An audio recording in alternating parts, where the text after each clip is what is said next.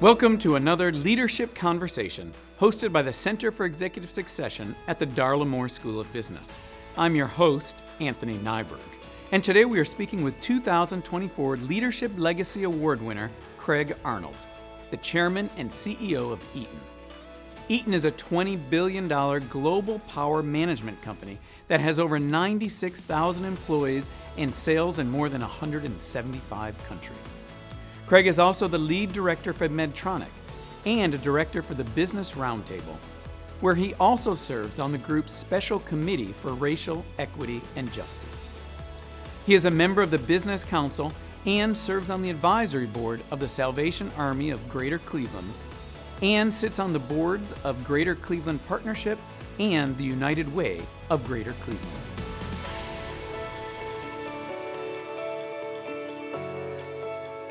Craig, thank you very much for coming down here. We really appreciate you taking the time to come and join us and to speak to our students and to us. It's a great honor for us.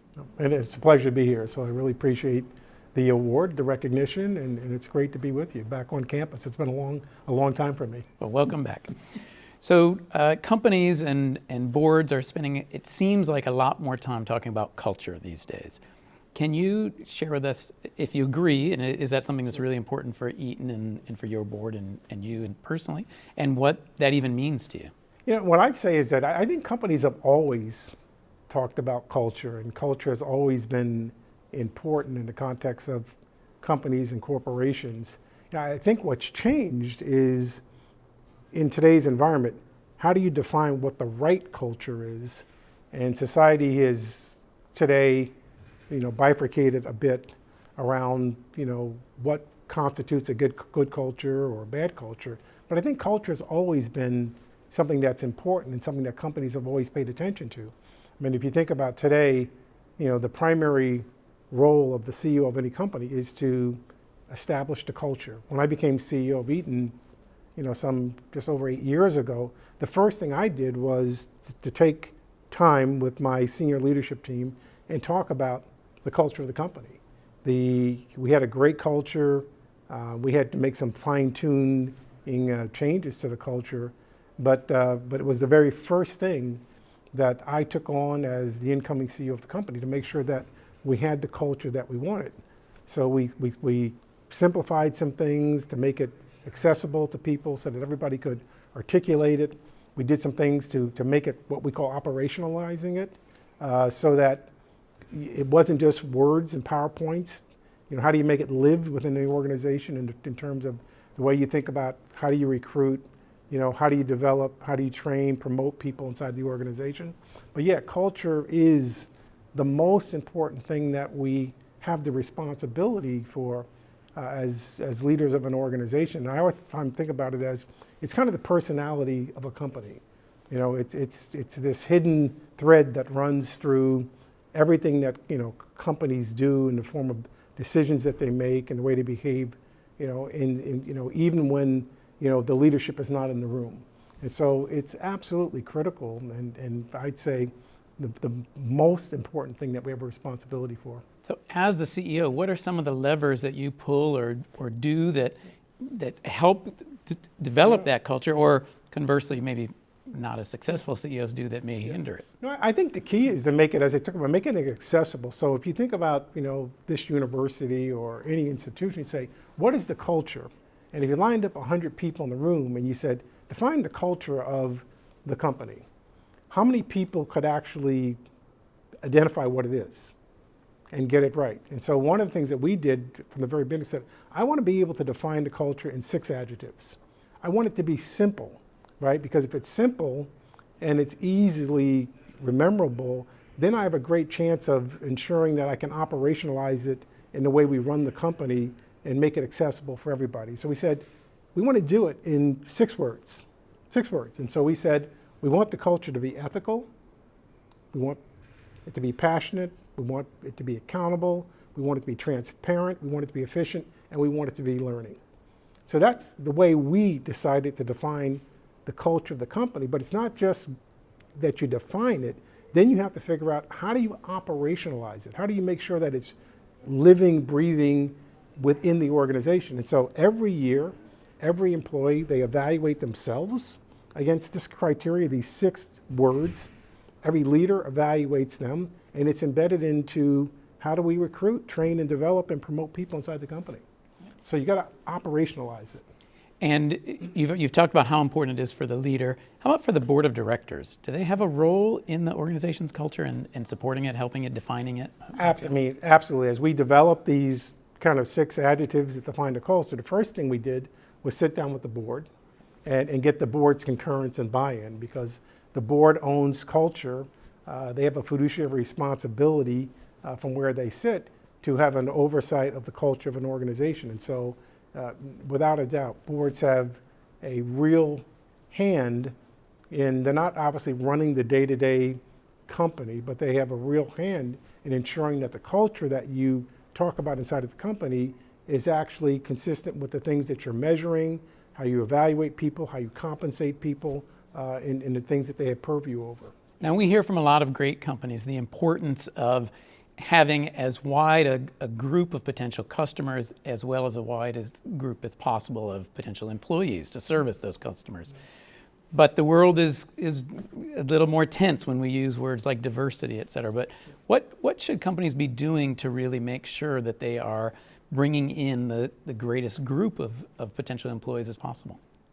Yeah, no, and this is one where, you know, it's an interesting point in time and in history that we find ourselves in at this moment, when there was a time when diversity, equity, and inclusion, just by definition, were viewed as inherently good things. I mean, why wouldn't we want our workforce to be diverse and inclusive? And why wouldn't we want to create opportunities for everyone to rise together?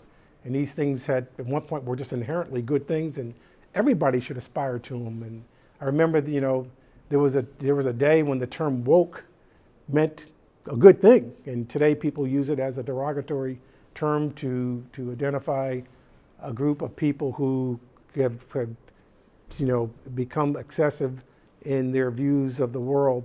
And so I'd say we are living in a really interesting period of time right now.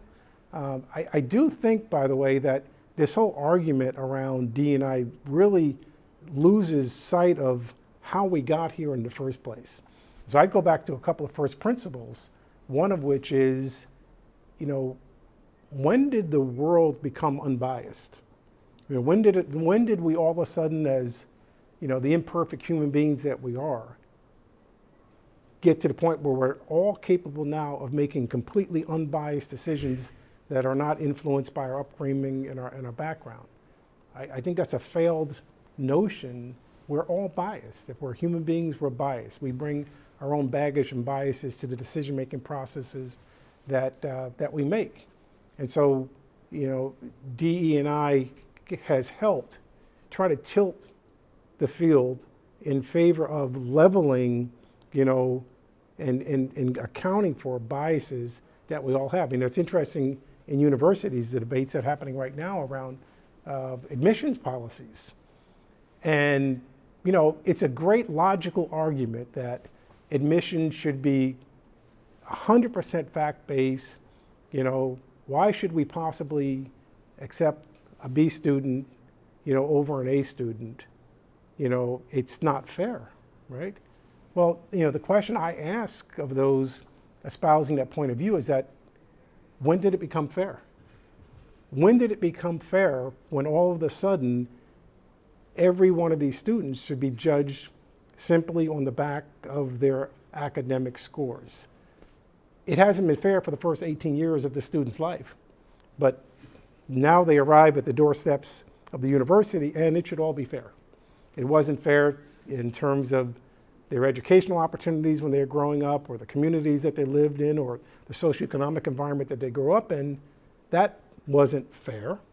But once we reach the doorsteps of academia, it should all be based upon this objective criteria and SAT scores and, you know, grades in high school. Unless your parent went to the school, yeah, and then you're entitled to get in. But so I think, so that's what's missing in this whole debate around, yes, is diversity and inclusion an imperfect tool to try to help address some of the disparities in society, you could make that argument legitimately, but we don't have a better one.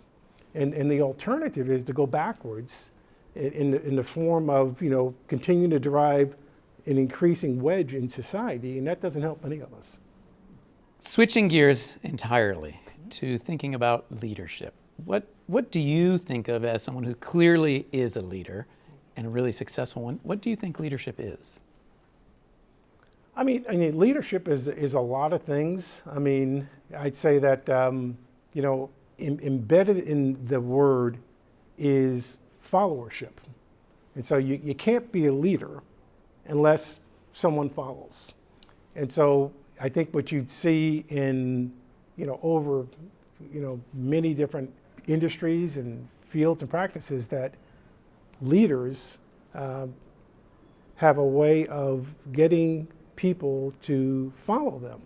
And so as we think about leadership in the context of Eaton, we talk about, you have to do three things. You have to be strategic, you have to, build organizational capability, and you have to get results.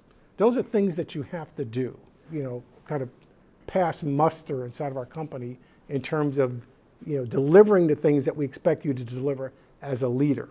And generally speaking, when people are able to do that, people follow them. So I think it's a combination of what you deliver on behalf of your constituents, and it's, are people willing to follow you as you take them to, where they would like to go or where you'd like to lead them. People think about leadership as that you have to have the CEO title, you have to be the CFO, you have to be the head of a department to be a leader. But leadership can come from anywhere in an organization. If you have an idea, and you can rally support for the idea, and people are willing to follow. I mean, that's great examples of leadership. And I heard you espouse really very elegantly with our students about the importance of your psychology background, and as part of that, the role of trust in leadership. Can you say a little bit about all of that, really? Yeah, I mean, so I have an undergraduate degree in psychology, and there was a day when I thought maybe I wanted to be a PhD clinical psychologist and made the decision to go in business. But what I was saying to the students is that, I use my psychology degree today much more than I use my MBA. Because at the end of the day, every business is a people business. Everything you do in life will require that you interface, that you interact with other people. And we are, as human beings, all very different and in some ways imperfect. And so your ability to relate to other people, your ability to empathize with other people, your ability to, motivate people and get followership is all about, some form of not, necessarily Sigmund Freud, you're on the couch psychology, but it is in many ways, it's about psychology and really understanding where people sit and how to get them to where they'd like to go or where you'd like to take them. And so there's no question that, those early years of me, I was in a clinical psychology program and working on a master's degree before I switched over, very helpful and very informative to me in terms of the importance of human beings and human interaction and how do you really listen to people, hear them, meet them where they're at, and then as a part of that process, how do you find a way to get the best out of them, both for the sake of the organization or an enterprise, but also in terms of them fulfilling their own personal goals and ambitions. And would you say that's been one of the keys to you being able to get people to really follow your strategic vision? Yeah. I mean, I would say for me, that has been a big piece of the formula. You never know, is there, one thing that's, head and shoulders above the rest that has allowed you in your career to be successful. But I do think that's been a big piece of the formula that, I have throughout, most of my jobs and my careers been able to and these aren't easy jobs, right? If you're the CEO of a company, you have to make oftentimes unpopular decisions. You have to oftentimes give people feedback that is designed to help them get better, but it's not always pleasant to hear. But I've always been able to do it in a way that says, I care about you, and I'm telling you this because it's the truth that you need to hear. It's the truth that most people around you know, and I want to make you better. And nobody can manage a secret, right? So how do you relate to people in a way and build this trusting environment that says, and I mentioned in the room with the students as well, is that, when we sit down and we have a meeting or we have an interaction, I oftentimes talk to my team about, so what do you want from this interaction? What do you want? If you want me to just tell you everything's wonderful and you're great and pat you on the back and send you on your way, we can do that. It's probably not going to help you, but we can do that. But if the expectation is that, you're bringing me a recommendation or a proposal, and I want you to help me make it better. So help me make this idea better. Build on what I'm proposing, and let's make it better together. That becomes a very different kind of interaction. And so this idea of contracting with people around what is this relationship meant to be? What do you want from it? What do I want from it? And having an understanding and a meeting of the minds around that goes a long way towards ensuring that the things that we have to do to improve the enterprise get done, and at the same time we can build a trusting relationship. And how does all that tie into, you've brought a number of your executive leadership team down here. Been super interesting conversations listening to you all interact, and it looks like, in addition to having a great group, you all get along in a nice way. It's really been great to watch. How do you develop such a great leadership team? Yeah, I'd say it's first of all, you surround yourself with people who are in many ways like-minded. Not in the sense of we all have the same idea, but in the sense that we all have the same standards. And I talked, to that group about, the one piece of advice that I give everyone around surrounding yourself with teams and picking teams is that you want people around you that have high standards. People who want to win. People who want to be the very best at what they do. And so if you can surround yourself with a group of individuals who have similar kind of core values around, humility, honesty, want to win, then everything else kind of flows. And so I think, you see it in the way we interact as a team. We generally like each other, but it's not required. We generally have fun together, poking fun at one another, because once again, this issue around don't take yourself too seriously, right? And get over yourself. It's not that important. The things that we sometimes in life, fret over, in the big scheme of things, they don't really matter. And so I do think, the choices that you make and who you surround yourself with makes an enormous difference in building an effective team and how that team works together. And when you're selecting people for that team, are you trying to get the best people for each role, or is there also a mix of who fits the best? Always a mix of who fits the best. In fact, one of the things I oftentimes say is that, when I hire somebody, I go through the New York to LA test. So I'm on a flight from New York to LA, and it's a 5.5 hour flight. You get off the plane, how do you feel? Are you running like hell to get away from this person, or do you want to go have a beer with them, right?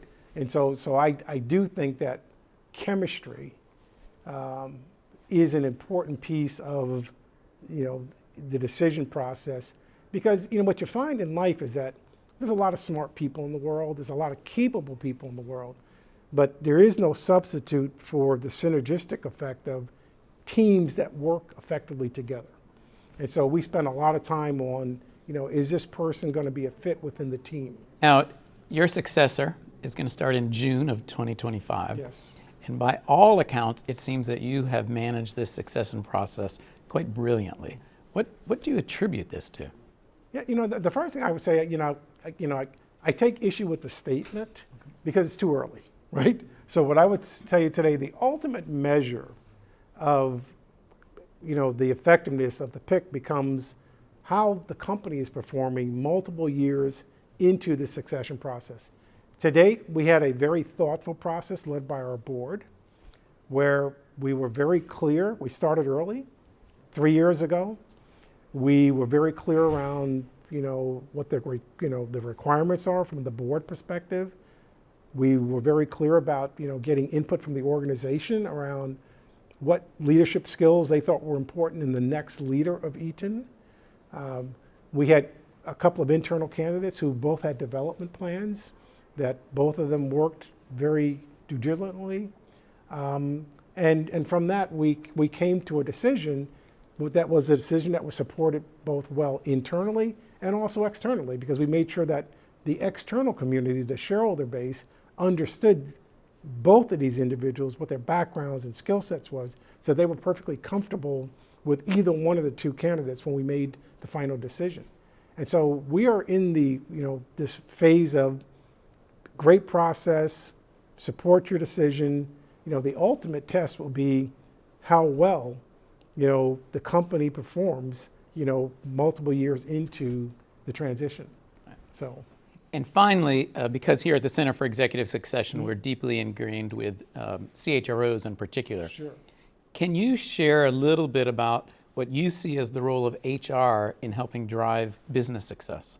I mean, it is huge. I mean, my CRHO is here with me today, Ernest Marshall, and I'd say that, maybe the CFO, CRHO partnerships, no partnership and relationship is more important than those in the context of partnering with the CEO and really leading the company's, human resource policy and agenda throughout the organization. And so I'd say it is a critical role. At the end of the day, it is all a people business, and oftentimes, too often, companies don't take the time, they don't spend enough attention on how are decisions made about who joins the company.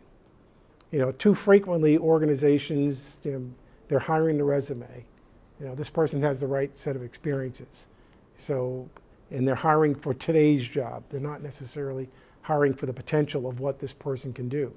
And so Ernest and his team throughout the organization have a big voice inside the company. They have a role to play to ensure that our business leaders, our functional leaders, are really taking the time that's needed to invest the time in developing the capabilities of the organization, developing our team, and they really are driving an agenda across the entire organization. So absolutely huge impact. And we've all lived it.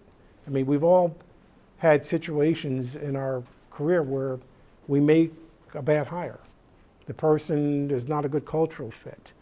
You put somebody in a job before they're ready. And the consequences of that decision for the individual and for the organizations are normally quite disruptive. And so, getting that decision right and ensuring that we're thoughtful for both the company and the person is an enormous role that, HR has a really big hand inside the company. Craig, once again, thank you very much for joining us. We sincerely appreciate having you here. You just listened to another leadership conversation. Today, Craig Arnold, Chair and CEO of Eaton, described the importance of developing talent throughout the organization. He also shared his views regarding the importance of strong HR leaders to help drive business success through the intersection of strategy, talent, and culture. On behalf of all of us who are associated with the Master of Human Resources program and the Center for Executive Succession here at the University of South Carolina, thank you for joining us.